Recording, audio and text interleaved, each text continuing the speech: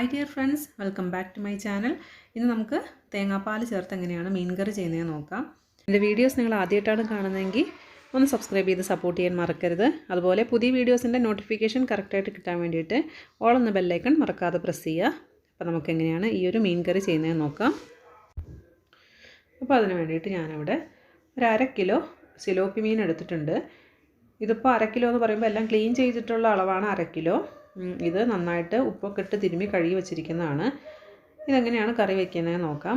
അതിന് വേണ്ടിയിട്ട് ഞാനിവിടെ ഒരു ചട്ടി ചൂടാക്കിയിട്ടുണ്ട്. ഇതിലേക്ക് നമുക്ക് 2 ടേബിൾ സ്പൂൺ വെളിച്ചെണ്ണ ഒഴിച്ചു കൊടുക്കാം. വെളിച്ചെണ്ണ തന്നെ വേണം. വെളിച്ചെണ്ണ ഒന്നങ്ങ് ചൂടായി വരുന്ന സമയത്ത് ഇതിലേക്ക് നമുക്ക് കുറച്ച് കറിവേപ്പില ഇട്ട് കൊടുക്കാം. ഒരു തണ്ട് കറിവേപ്പില ഉണ്ട്. ഇനി ഇതിലേക്ക് ഒരു 2 ടേബിൾ സ്പൂൺ ഇഞ്ചി ഇതുപോലെ ചെറുതായിട്ട് അരിഞ്ഞ് ചേർത്ത് കൊടുക്കാം.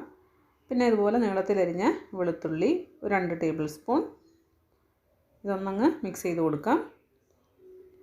ഇനി ഇതിൻ്റെ കൂടെ ഒരു 6 ചുമന്നുള്ളി കൂടെ ചേർക്കുന്നുണ്ട്. ഇതൊരു മീഡിയം സൈസ് ഉള്ളിയാണ്.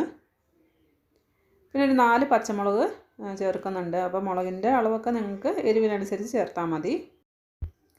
ഇനി ഇതെല്ലാം കൂടെ നന്നായിട്ടൊന്ന് മൂപ്പിച്ചെടുക്കാം. അപ്പോൾ ഇവിടെ ഇത് നന്നായിട്ട് മൂത്ത് വന്നിട്ടുണ്ട്. ഇനി ഇതിലേക്ക് നമുക്ക് ഒരു മീഡിയം സൈസ് തക്കാളി ചേർത്ത് കൊടുക്കാം. ഇതുപോലെ നീളത്തിലരിഞ്ഞ തക്കാളി ചേർത്ത് കൊടുക്കാം. ഇനി തക്കാളി കൂടെ ഒന്നങ്ങ് വെന്തുടഞ്ഞ് വരണം. അപ്പോൾ അതിന് വേണ്ടിയിട്ട് ഞാനൊന്ന് അടച്ചു വെച്ച് കൊടുക്കുകയാണ്. പെട്ടെന്ന് അങ്ങ് വെന്ത് കിട്ടും അടച്ചു വെച്ച് കൊടുത്താൽ. തക്കാളി ഇവിടെ നന്നായിട്ട് വെന്ത് വന്നിട്ടുണ്ട്. ഇനി ഇതിലേക്ക് മസാലകൾ ചേർത്ത് കൊടുക്കാം. ഞാനിവിടെ ഒരു 1/4 ടീസ്പൂൺ മഞ്ഞൾപ്പൊടി ചേർത്ത് കൊടുക്കുന്നുണ്ട്. പിന്നെ ഒരു 2 ടേബിൾ സ്പൂൺ കാശ്മീരി മുളക് പൊടിയാണ് ചേർത്ത് കൊടുക്കുന്നത്. അപ്പോൾ ഇതിന് എരിവ് കുറവായിരിക്കും. അതുമാത്രമല്ല കറിക്ക് കുറച്ച് കൊഴുപ്പ് കൂടെ കിട്ടും നമുക്ക്. ഇതിൻ്റെ കൂടെ 1 ടീസ്പൂൺ സാദാ മുളക് പൊടി കൂടെ ചേർക്കുന്നുണ്ട്. ഇത് നന്നായിട്ടൊന്ന് ചൂടായിക്കോട്ടെ. മസാല ഇവിടെ നന്നായിട്ട് ചൂടായി, നന്നായിട്ട് പച്ചക്കുത്തൊക്കെ മാറിയിട്ടുണ്ട്. ഇനി ഇതിലേക്ക് നമുക്ക് പുളി ചേർത്ത് കൊടുക്കാം. ഞാനിവിടെ കുടംപുളിയാണ് എടുത്തിരിക്കുന്നത്. 2 പീസ് എടുത്തിട്ടുണ്ട്. ഇതിലേക്കൊരു 1/4 കപ്പ് വെള്ളം ഒഴിച്ച് നന്നായിട്ട് കുതിർത്തിയെടുത്തതാണ്. അത് ഇതിലേക്ക് ചേർത്ത് കൊടുക്കാം. ഇനി ഇതിൻ്റെ കൂടെ ഒരല്പം വെള്ളം കൂടെ ചേർത്ത് കൊടുക്കാം. ഞാനിവിടെ ഒരു 1/2 കപ്പ് വെള്ളം ചേർത്തിട്ടുണ്ട്. അപ്പോൾ ഞാനൊരു കുറച്ച് തിക്കായിട്ടുള്ള ഗ്രേവിയാണ് ചെയ്യുന്നത്. അപ്പോൾ ഇത്രയും തിക്നെസ് വേണ്ടാന്നാണെങ്കിൽ നിങ്ങൾക്ക് 1 കപ്പ് വെള്ളം ചേർത്ത് കൊടുക്കാം. ഇതിവിടെ ഒന്ന് തിളച്ച് വന്നിട്ടുണ്ട്. ഇതൊരു മീഡിയം ഫ്ലെയിമിലിട്ടിട്ട് ഒരു 5 മിനിറ്റ് ഒന്ന് തിളപ്പിച്ചെടുക്കാം. ഇവിടെ ഒരു 5 മിനിറ്റ് കഴിഞ്ഞിട്ടുണ്ട്. ഇപ്പോൾ വെള്ളമൊന്ന് വറ്റിയിട്ട് പുളിയൊന്ന് നന്നായിട്ട് ഇളകിയിട്ടുണ്ട്. ഇനി ഇതിലേക്ക് നമുക്ക് തേങ്ങാപ്പാൽ ചേർത്ത് കൊടുക്കാം. ഞാനിവിടെ 1/2 കപ്പ് നല്ല കട്ടി തേങ്ങാപ്പാൽ എടുത്തിട്ടുണ്ട്. അത് ഇതിലേക്ക് ചേർത്ത് കൊടുക്കാം. അപ്പോൾ ഞാനിപ്പോഴും ഫ്ലെയിം മീഡിയം ഫ്ലെയിമിൽ തന്നെയാണ് വെച്ചിരിക്കുന്നത്. തേങ്ങാപ്പാൽ ഒഴിക്കുമ്പോൾ തന്നെ ഫ്ലെയിം കൂട്ടിയിടണ്ട. ഒന്ന് മിക്സ് ചെയ്ത് യോജിപ്പിച്ച് കഴിഞ്ഞിട്ട് മാത്രം ഫ്ലെയിം കൂട്ടിയിട്ട് കൊടുത്താൽ മതി. തേങ്ങാപ്പാൽ ചേർത്ത് നമ്മൾ കറി വയ്ക്കുമ്പോൾ വെള്ളത്തിൻ്റെ അളവ് പ്രത്യേകം ശ്രദ്ധിക്കണം. നമ്മൾ കൂടിപ്പോയാൽ പിന്നെ നമുക്ക് തിളപ്പിച്ച് വറ്റിക്കാൻ പറ്റില്ല. വറ്റി കഴിയും തോറും തേങ്ങാപ്പാലിൽ നിന്നുള്ള എണ്ണ തെളിഞ്ഞ് മേളിൽ വരും. അതുകൊണ്ട് അങ്ങനെ വറ്റിക്കാൻ പറ്റില്ല. അതുകൊണ്ട് വെള്ളം കറക്റ്റായിട്ട് ശ്രദ്ധിച്ച് ഒഴിക്കുക.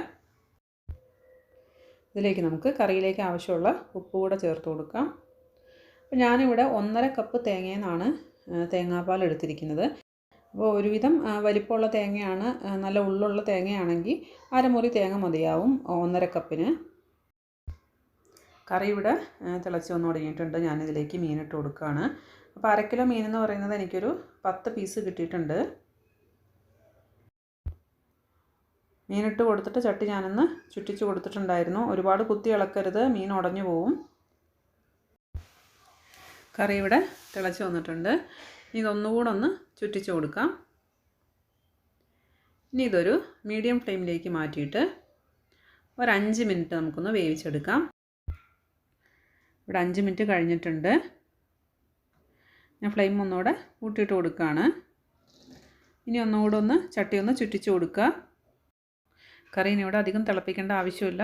കറിക്കിപ്പോൾ അത്യാവശ്യം കൊഴുപ്പുണ്ട്, മീനും വെന്തിട്ടുണ്ട്. ഇനി നമുക്ക് ഫ്ലെയിം ഓഫ് ചെയ്യാം. അധികം തിളപ്പിക്കരുത്. ലൂസായിട്ടുള്ള കറിയാണെങ്കിൽ അധികം തിളപ്പിക്കരുത്. പിന്നെ എണ്ണ അങ്ങ് മുകളിലേക്ക് തെളിയാൻ തുടങ്ങും.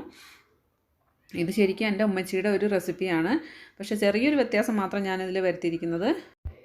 ഉമ്മച്ചി ചെയ്യുമ്പോൾ ഇത്രയും ഒരു തിക്കായിട്ടുള്ള കറിയല്ല ചെയ്യുന്നത്. അപ്പോൾ നിങ്ങൾക്ക് ഇത്രയും തിക്നെസ് വേണ്ടെങ്കിൽ ഞാൻ ആദ്യം പറഞ്ഞതുപോലെ 1/2 കപ്പ് വെള്ളം എന്നുള്ളത് 1 കപ്പ് വെള്ളം ചേർത്താൽ മതി. താളിക്കാൻ വേണ്ടിയിട്ട് ഞാനിവിടെ 1 ടേബിൾ സ്പൂൺ വെളിച്ചെണ്ണ ഒന്ന് ചൂടാക്കുകയാണ്. വെളിച്ചെണ്ണ നന്നായിട്ട് ചൂടായി കഴിഞ്ഞപ്പോൾ ഞാൻ 1 ടീസ്പൂൺ ഉലുവ പൊട്ടിച്ചിട്ടുണ്ട്. അതിൻ്റെ കൂടെ തന്നെ ഞാൻ ഒരു 5 ചുവന്നുള്ളി അരിഞ്ഞ് നന്നായിട്ടൊന്ന് മൂപ്പിച്ചെടുത്തിട്ടുണ്ട്. അപ്പോൾ ഞാനത് കാണിക്കാൻ വിട്ടുപോയതാണ്. അപ്പോൾ ഇവിടെ ഉള്ളി നന്നായിട്ട് മൂത്ത് വന്നിട്ടുണ്ട്. ഇതിലേക്ക് നമുക്ക് ഒരു തണ്ട് കറിവേപ്പില കൂടെ ചേർത്ത് കൊടുക്കാം. താളിപ്പ് ഇവിടെ റെഡിയായി വന്നിട്ടുണ്ട്. നമുക്കിനി ഫ്ലെയിം ഓഫ് ചെയ്യാം.